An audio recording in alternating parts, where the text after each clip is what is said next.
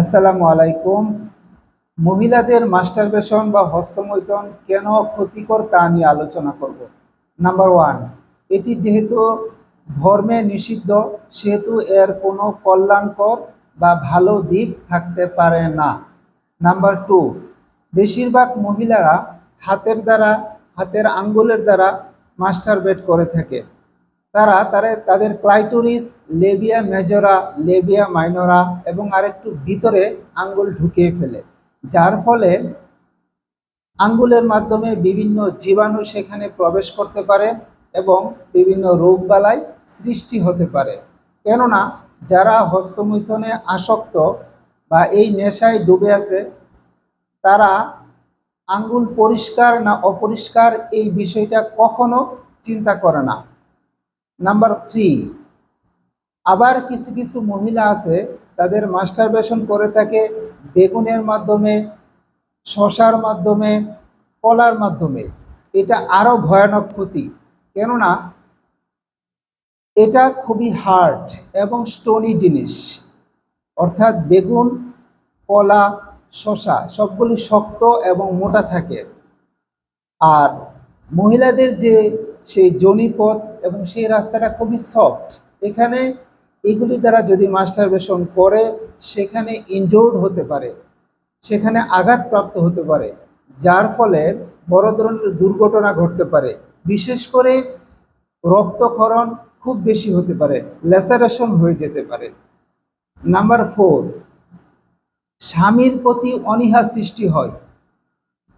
পরোক্ষভাবে বলতে গেলে বিয়া করতে অনীহা সৃষ্টি হয়, কেননা যেহেতু মাস্টারবেশনটা কোনো স্বামী লাগে না, কোনো সঙ্গী লাগে না, নিজে নিজেই করে ফেলতে পারতেছে, তাই বিয়ে করতে অনীহা হয় অথবা স্বামীর সাথে সেক্স করতে অনীহা হয়। নাম্বার ফাইভ, স্বামীকে ঠিকভাবে তৃপ্তি দিতে পারে না। কারণ যখন একটা মহিলা মাস্টারবেশন করে তখন সে এই নিয়তেই করে যে আমি কিভাবে দ্রুত আত্মতৃপ্তি লাভ করব, অর্থাৎ তার যে অর্গাজম যেটাকে বলা হয় এটা কিভাবে হবে। এখন একজন স্বামী যদি তার মতো তার বিয়ের আগে মাস্টারবেট না করে থাকে, অর্থাৎ সে টোটালি ভার্জিন হয়ে থাকে এবং সে সুস্বাস্থ্যের অধিকারী হয়ে থাকে, তাহলে যখন তার এই মাস্টারবেট করা বউয়ের সাথে সে সেক্স করবে তখন দেখা যাবে মহিলার অর্গাজম আগে হয়ে গেছে কিন্তু স্বামীর ইজাকুলেশন হয় নাই, বীর্যপাত হয় নাই। এক্ষেত্রে একটি মনোমালিন্য বা ঝগড়া বিবাদের সৃষ্টি হতে পারে। নাম্বার সিক্স, মাস্টারবেট, বিশেষ করে মহিলাদের এই মাস্টারবেশন এটাকে সমকামিতাকে প্রমোট করে। কেননা সে যখন আঙ্গুল দিয়ে মাস্টারবেশন করে, তার মানে যারা সমকামী তারাও সেম কাজটা করে। এক সমকামী আরেক সমকামীর যোনিতে আঙ্গুল ঢুকিয়ে তাদের অর্গাজম নিয়ে আসে। তার মানে মাস্টারবেশনের মাধ্যমে সমকামিতাকে প্রমোট করা হচ্ছে। নাম্বার সেভেন, নেশার জগতে ঢুকে পড়া। মাস্টারবেশন করে যারা বেশিরভাগই অ্যাংজাইটি, ডিপ্রেশন এগুলিতে ভুগে, যার ফলে তারা একসময় এডিক্টেড হয়ে যায়, বিভিন্ন ড্রাগস নেওয়া শুরু করে, হিরোইন, ইয়াবা, মরফিন ইত্যাদি। পর্নে আসক্ত হয়ে যায়। মাস্টারবেশন করে বেশিরভাগ যারা, তাদের মাঝে মাঝে মাস্টারবেশন করতে করতে এক পর্যায়ে মনে হয় যে আমি মনে হয় পর্ন দেখলে আমার মাস্টারবেট করতে ভাল লাগবে। ঠিক আছে, তারপর পর্ন প্রথম একটু একটু দেখে, তারপর হচ্ছে লং টার্ম ধরে পর্ন দেখার শেষ পর্যায়ে তারা মাস্টারবেশন করে ফেলে।